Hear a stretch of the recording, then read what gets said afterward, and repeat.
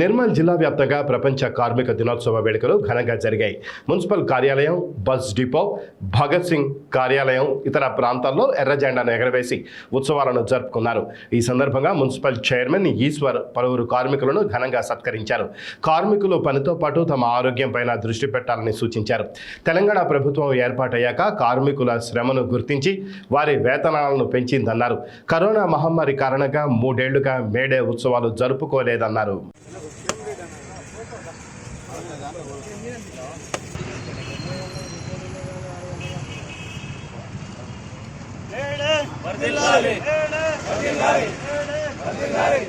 ప్రపంచ కార్మికులారా, ప్రపంచ కార్మికులారా, మేడే వర్ధిల్లాలి.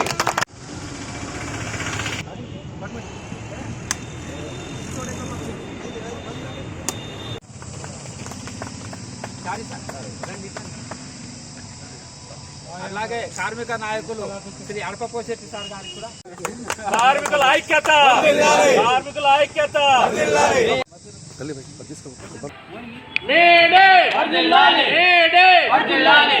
జోహార్ చికా కమర వీర్లకు, జోహార్ చికా కమర వీర్లకు. May Day May Day.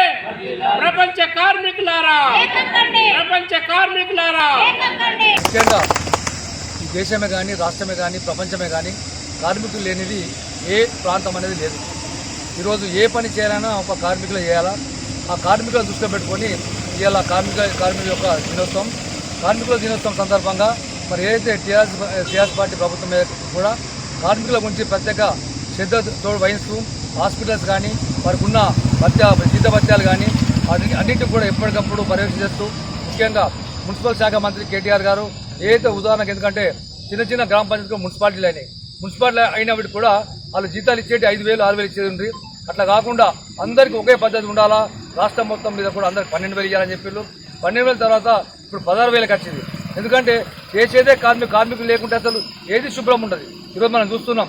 ముఖ్యంగా మా ఫయాజ్ గారు, మా మురారి గారు, ఇప్పుడు ఎస్ఎన్ రెడ్డి గారు లాంటి కార్మిక నాయకులు కూడా వాళ్ళకి ఎప్పుడు వెళ్ళ కూడా అండగా ఉంటూ, మేము కూడా మా పరంగా కూడా ప్రజాప్రతినిధులు మేము కూడా వాళ్ళకు అండగా ఉన్నప్పుడే కార్మికులు సక్రమంగా పనిచేసే అవకాశం ఉంటాయి. వాళ్ళకి ఏమున్నా బెనిఫిట్స్ మా పరంగా కూడా అన్ని చర్యలు తీసుకోవడానికి మా వంతు కృషి చేస్తామని కార్మిక దినోత్సవం సందర్భంగా తెలియజేసుకుంటారు.